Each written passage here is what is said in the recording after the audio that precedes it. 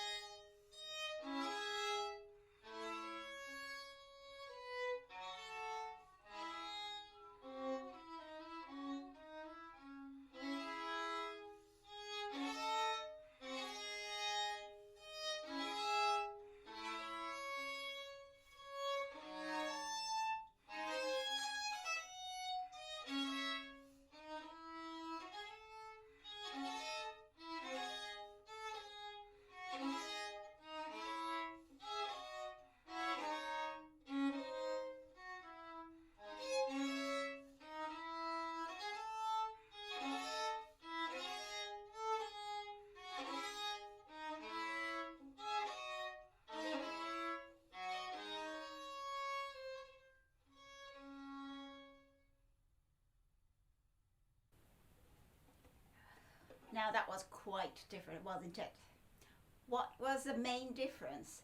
Probably first thing you noticed was that I'm not doing as much legato as possible on the Baroque violin, and compared to modern violin, where I'm trying to connect most of the notes together, playing everything quite ironed out, bringing out the melody line.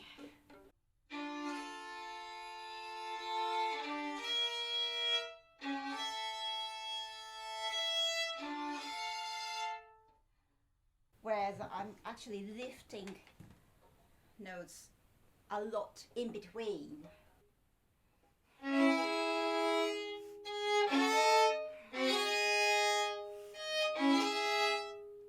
lifting notes a lot in between, even after the first note.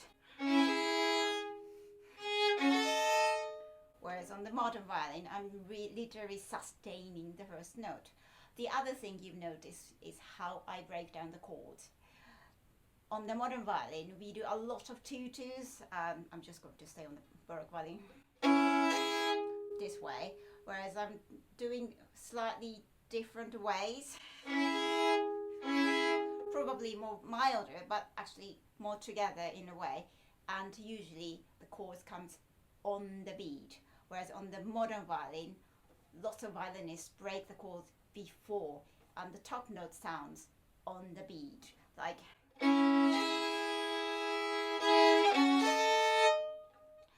So also, because on the modern violin, we are so obsessed with the melodies, how we break the chord.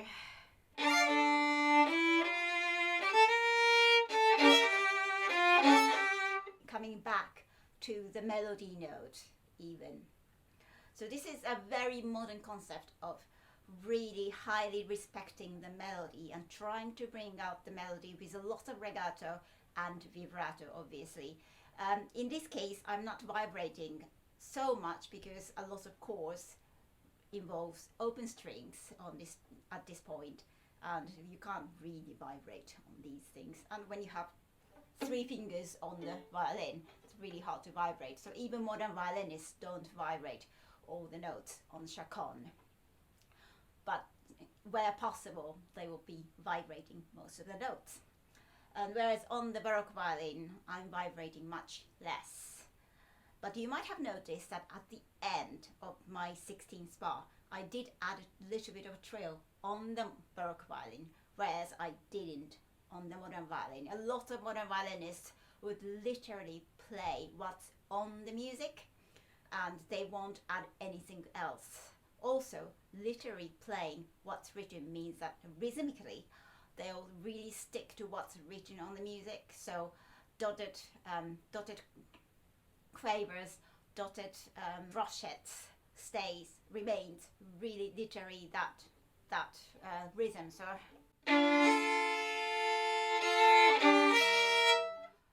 whereas on the Baroque violin, I'm slightly shortening the quaver at the end.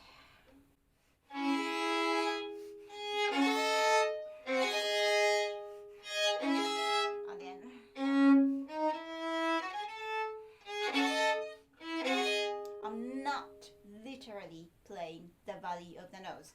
That includes I'm not sustaining the value of the note either. This is because we are supposed to be speaking much more on the Baroque violin. So we try to articulate each note or each mini gestures we've got inside the music, and we would like to bring that out. The other aspect is the fact that this is a chaconne. What is chaconne? Actually, this is a Baroque dance. So when I played on the modern violin, could you imagine you could dance on it? Probably not. Whereas on the Baroque violin, even though this was not really meant for dance, literally, because this was already stylized instrumental music, but you should still be able to recognize that, oh, this is a chaconne as I play. So I had the characteristics of chaconne is still there. Also, it was much faster on the Baroque violin than on the modern violin, wasn't it? So that was also the difference. So what am I doing differently on the Baroque violin in the smaller aspects? Obviously, because of this bow, I can't really sustain the notes. That's another reason why we don't sustain the notes till the end, because around here, this bow can't really produce a strong note. It's not meant to be so. So down bow tends to be stronger and it decays. And we never start the up bow with really strong sound.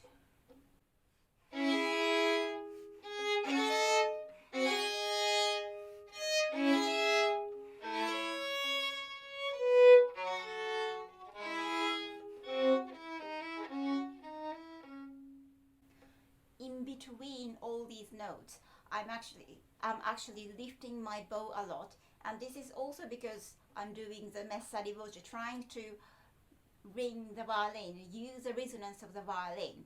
I'm shortening the note value, but actually I'm not shortening the note value in the sense that it's still ringing in the air, and I count that in as the note value as well. If you have any questions, please ask me on the comment line, and I'll try to answer your question later on. I hope this video has shown you a bit more about the difference between the modern and the Baroque violin. And thank you for watching. Bye!